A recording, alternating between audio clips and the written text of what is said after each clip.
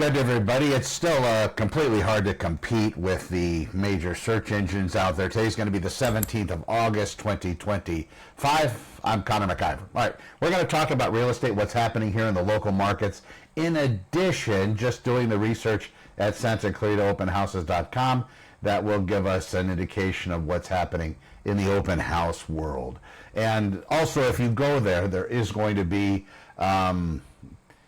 a way for you to be able to search for listings, of course. Everything's unlocked. This is a video I did yesterday. That's creepy, the way it glitches like that.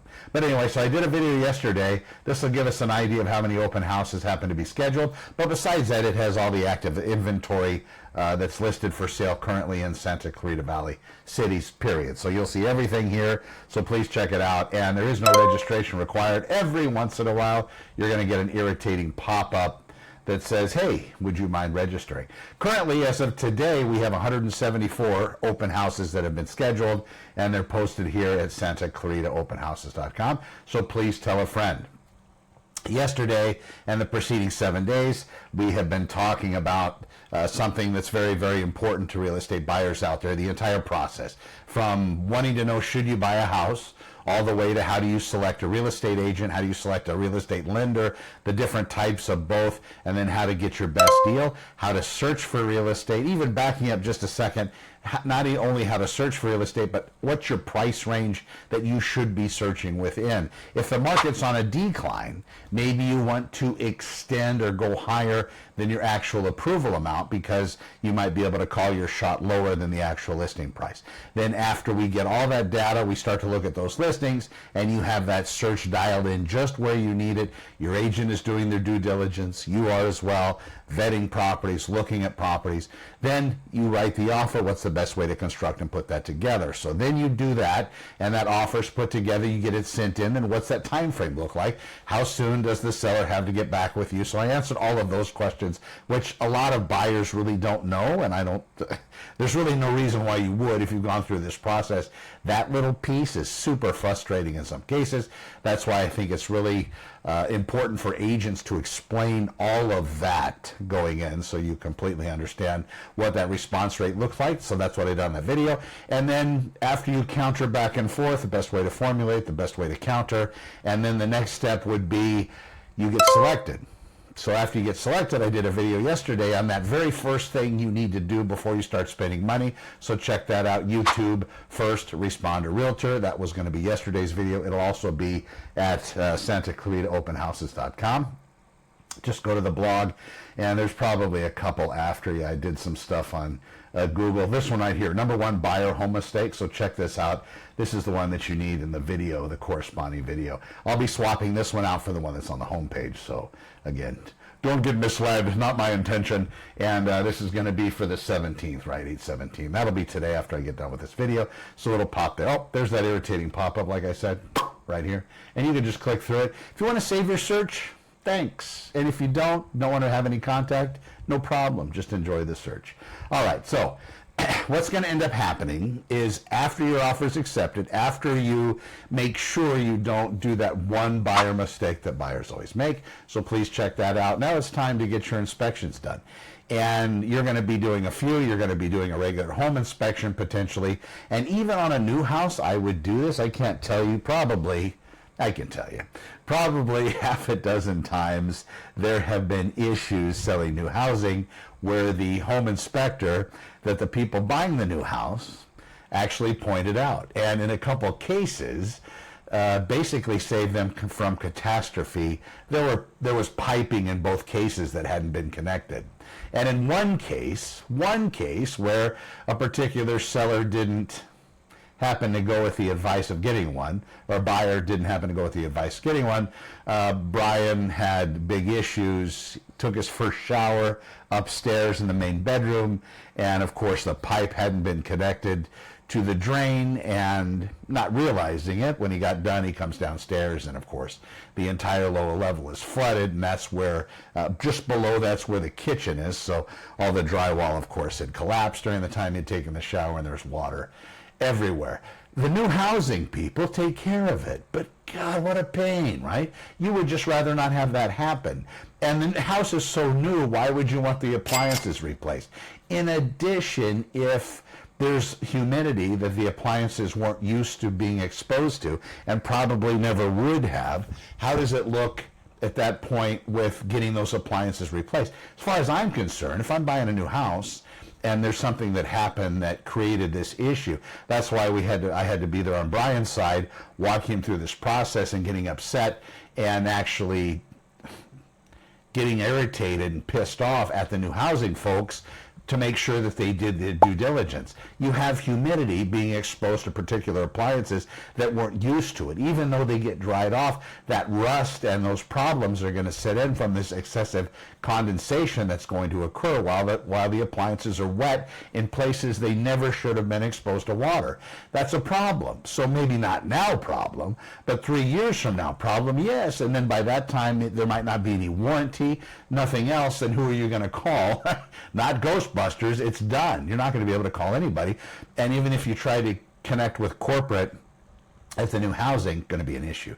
It's really good to have somebody on your side at new housing. I represent clients all the time. It doesn't cost you anything. The builder will pay us to represent buyers at new housing. So there's that. All right, so you do your home inspection, you do the pest control inspection, and there are items that have come up, items that the seller probably wasn't aware of. The importance of doing your home inspection out of earshot of the seller is incredibly important. It's not that as a buyer you're trying to hide anything from the seller, but it's the seller's house. And you're only asking for a lot of extra talk. And maybe you love talk, so then do it that way. But if you don't like all the extra talk and the seller defending his property and then getting into an argument with the home inspector because the home inspector's the expert, and then maybe you jumping in because you hired the home inspector, you're on his side. You know, instead of having it go that way, which I've seen it happen way too many times, have your debrief with the home inspector, even if the seller's home. Have any kind of debrief, have any kind of questions, notate them. If you want to try to catch them if the seller happens to be around, which in most cases they're not. But if they happen to be around, then maybe pull them aside and say, hey, you know, I saw this thing over here. Can you explain a little bit more of that to me? And that's great. At the very end of every good home inspection, there's going to be a debrief where the home inspector is going to take you aside from everyone, but with your agent, and have a discussion as to the big ticket items they found. Now, don't freak out when they start to explain these things to you, because most of it can be fixed with money. And sometimes, in most cases, the seller is going to be willing to try to take care of it, because these are going to be items that they would have wanted to take care of anyway. Maybe there's a pinhole leak somewhere under some sink that they weren't aware of. Maybe there's some kind of leak somewhere else. Maybe there's some kind of water intrusion. Maybe there's some kind of minimal mold or something that looks like mildew that needs to be remedied. These sorts of things, whether the seller sells the house or not, they're going to want to pay attention to it. Maybe there's stuff on the roof that moved. Tiles had moved and cut through the paper. Maybe tiles are broken or missing. That happens a lot here in Southern California. Maybe there's other issues. But again, something that the seller is going to want to take care of. If it's paint in a room or replacing carpet or flooring, unfortunately, the house is being sold as is. Now, of course, you can ask, as I tell my sellers, real estate's sold as is. Everything's negotiable. Even the offer, even the commissions, everything's negotiable. So it's really up to you. And ultimately, if you want to try to get those things taken care of, great. The best requests for repairs are really done about things that are health and safety issues, things that the home inspector found that you did not know of. You know that the bedroom's painted pink. You knew that going in, if that happens to be the case. Asking the seller to give credits to repaint the bedroom, well, a lot of times that falls on deaf ears. But if it is something that can be done, that is a health and safety issue, i.e. improper wiring, potential conduit issues, people not running conduit, just having wires hanging throughout their garage. Maybe some kind of other safety issue, maybe crappy plumbing, maybe they had their brother or cousin cooter come in and replace the hot water heater and do a substandard job and not have anything put into place or connected in the proper way. Maybe they have lines crossed. Who knows what it could be, but any of those issues should be hit up. Now, what do you do? Do you have the seller fix it on their end? And if you do that, you're going to have to formulate the language in that request for repairs so that they do it the best way possible. Hire licensed professionals, in good standing, insured, and those professionals are going to be the ones that take care of it, and receipts to be supplied within a week of closing, for example. This is a good way to put it. And that's what you want the seller to do. Now, that puts some responsibility on the seller. What if the contractor they hire, and you know there's all different kinds, there's all different kinds of real estate agents, all different kinds of lenders, and of course all different kinds of inspectors, and some of them might be great, some of them might be just horribly atrocious. It's like some real estate agents, I'm not sure how they got licensed, but they're licensed and they're selling houses, but it's a mystery, and you probably see this maybe in your own profession.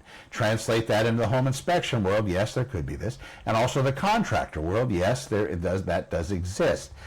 It might be a better case for you, and definitely a better case for the seller for you to ask for some kind of credit. Now, let's say they have GFCIs, those ground fault interruption outlets that basically pop near a water source if they get wet, so they don't electrocute you. That's like you're in the bathtub taking a bath and somebody drops a hairdryer in on you.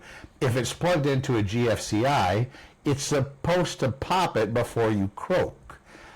So anyway, it's important to have those outlets. Having something like that replaced, if it's called out in the home inspection report, isn't going to be $1,000 for the most case. I can't imagine it stretching into that, but I'm sure somebody in the comments is going to be able to come up with a situation, maybe on the moon, that's going to cost $1,000 to replace that GFCI in that house on the moon.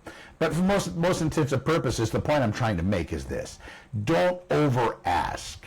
Now, maybe you could squeeze in a little bit, but you have to be careful with that, because if the seller smells that you're trying to gouge them or use this as an ability to get more than what you originally negotiated, then they might just say no. So always be prepared for that. Anything that you ask for, the seller could potentially come back with no. So always be prepared. Do your due diligence. You should offer them receipts, documents, some kind of estimates, these sorts of things.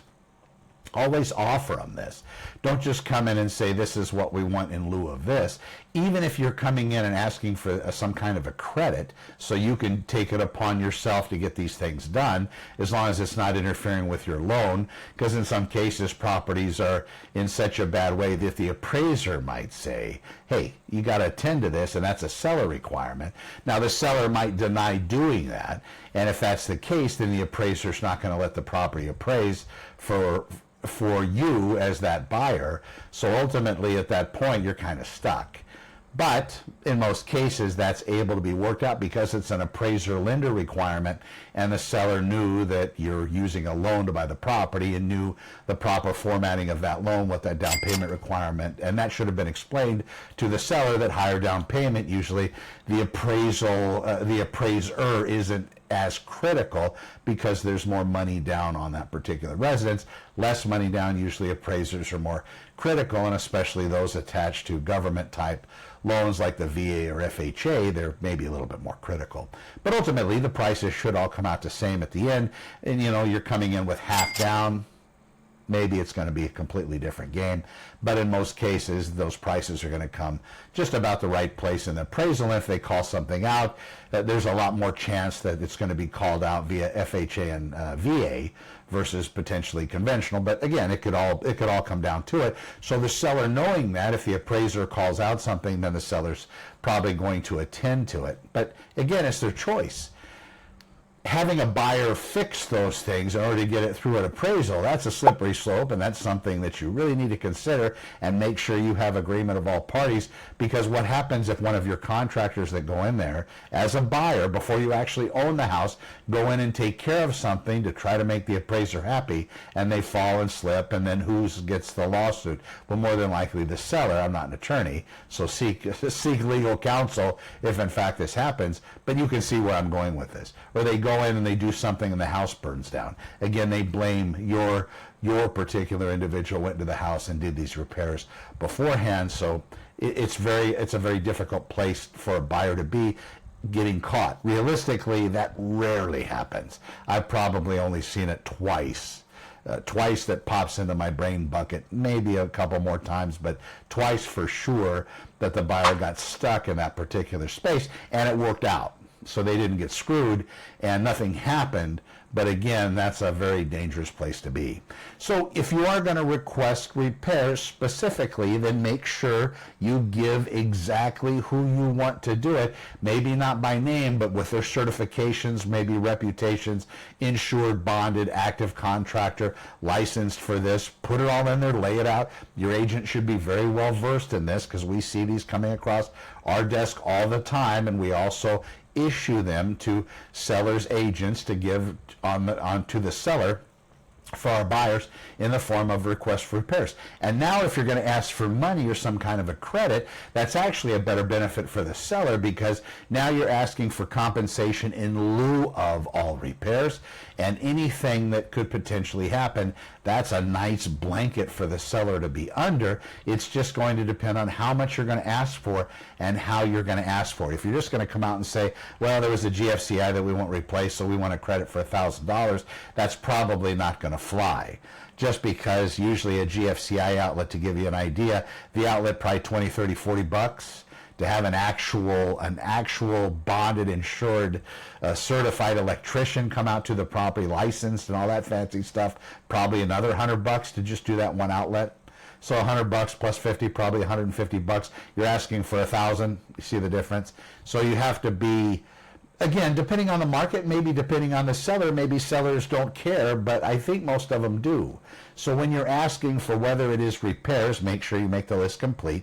Don't just have your agent copy and paste it from the inspection report. That's horrible form, and I see that happen more often than not, just because they don't know what to talk about. The home inspector should be able to put together a list. Hey, what are the items that you would fix if you were buying this house? And then they would put them down. On page 33, I reference this particular vent hood is stuck.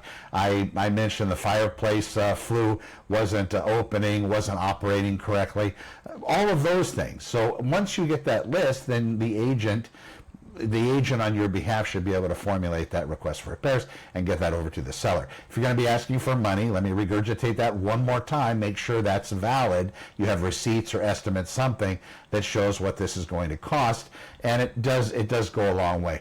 But at the end of the day, the seller could say no. If it's an appraisal thing, more than likely they're going to agree to it. If it's a you thing, if you present it in the proper way, more than likely they will too. And also understand that they could come back half. If we're asking for some kind of a credit or particular items to be repaired, maybe they're going to say, well, we'll do these items, but we're not going to do these items. Or we'll give you this much money, but not the full amount. Again, trying to help doesn't hurt, and maybe your strategy should be to ask for a little bit more. But don't go crazy with it, because that's dangerous. It could be that little bit more sets off the seller and they won't want to do anything. At the end of the day, for both parties, sellers and buyers, this is business. It shouldn't be emotional, and it shouldn't be something that you are using in an emotional way to try to fix or make you feel better emotionally by ripping them apart or getting angry or shutting down or saying no or turning them down, whatever it may be. And the buyer on the other side shouldn't also carry it to that emotional level. Say, well, if they're not going to do it, we're out. You have to think more long term. You're going to be in this house for a while. The seller wants to sell it. That's why you're in contract with him. If they're being difficult or playing what looks like hardball, maybe there's some kind of a reason. Maybe they're up against the wall and they really don't have any money to do what you're asking for. Then why are they selling? Well, then maybe they need to sell. And on the other hand of it, maybe you have the wherewithal to be able to get these things done, or maybe you don't and the seller needs to understand. But in both cases, I never have my buyers submit anything without some kind of a letter of explanation. I never have them go in just, praying and spraying, as it were. I have them prepare something that the seller can understand where the buyers are coming from. Now, after you get this done, after you make these requests through all your inspections, and a good home inspector, if they find something that's above their pay grade, they're going to then say, hey, you should get this type of inspector. You should now do this. If you have septic, there's going to be that whole thing where you're going to have to, that tank's going to have to be looked at, recertified. That's going to be for most lenders out there. If you're buying a property with a septic tank cash, then it's going to be a little bit different. But these are these various inspections. For the roof, they should be able to call out a lot of it. For a pool, maybe you want to maybe you want to entertain getting a more specific pool inspector. But for all of these inspections, a home inspector's pretty good. Just look at what they write, and if a good home inspector, really good one, if they run into an issue, they're going to upgrade you and say, listen, I think you really need to get this type of home inspector. Let's say there's some crack in the foundation or something weird. Again, they'll probably want some kind of a geological or some kind of a foundational expert for you to hire to be able to investigate it further. And then you have to make the decision, is it going to be worth it for you to expend that kind of money? Because while a home inspection might be $500, $600, $700, pest control inspection is probably $100, $150, and then your appraisal is probably going to be $500 to $700. So you're $1,500. And at the end of the day, if you need to hire another inspector, like a mold inspector, to come capture spores and do those investigations, there's some money there. So you have to kind of regroup. That's why it's really good to try to get into that prior to writing your offer originally, and I covered that in another video, almost exhausting everything you could do prior to actually winning, getting into escrow, and then starting your inspections. At least you can get some of those questions answered. All right, we'll be back tomorrow. We'll go through those additional time frames after that request for repairs is submitted, and then what happens next in escrow and what to watch out for after that point. And maybe how that follow-up and that final walkthrough works. And then in another video, we'll get into how the keys things work. Also, throughout the process, and I'll probably hit on this tomorrow, there's going to be a lot of times that you're going to be asked for things from your lender that feel like you've given them to them before, different documents. And that's because usually, they didn't misplace anything, but usually the powers that be on their end that are going to be granting you these hundreds of thousands of dollars usually need to verify that nothing's changed on your end. And it used to be back in the wild, wild west of real estate, back before 2007, before that last crash in the cycle, people weren't really doing any checking. They were just loaning money. They checked a little, but really not the way that they do now. Now they check, and they'll make sure and verify your employment multiple times. Check paycheck stubs multiple times, these sorts of things. So make sure your ducks are aligned. Talk to your real estate agent, your lender. I'm Connor with Honor. I will see you in the next one. Santa Clarita openhouses.com. If you go to zoommescv.com or even my homepage at Santa Clarita openhouses.com, you'll see this calendar down here. If I can get there, yeah. So here, if you come to this calendar at Santa Clarita Open Houses, you'll be able to schedule an appointment with me, and we'll be able to have a discussion about what's going on in real estate. And my next available looks like Tuesday the 19th at this block of time, booked before and booked after. But please give me a buzz, and love to help you. Please. Thank you very much for watching. Be well. We'll see you in the next one. Take care.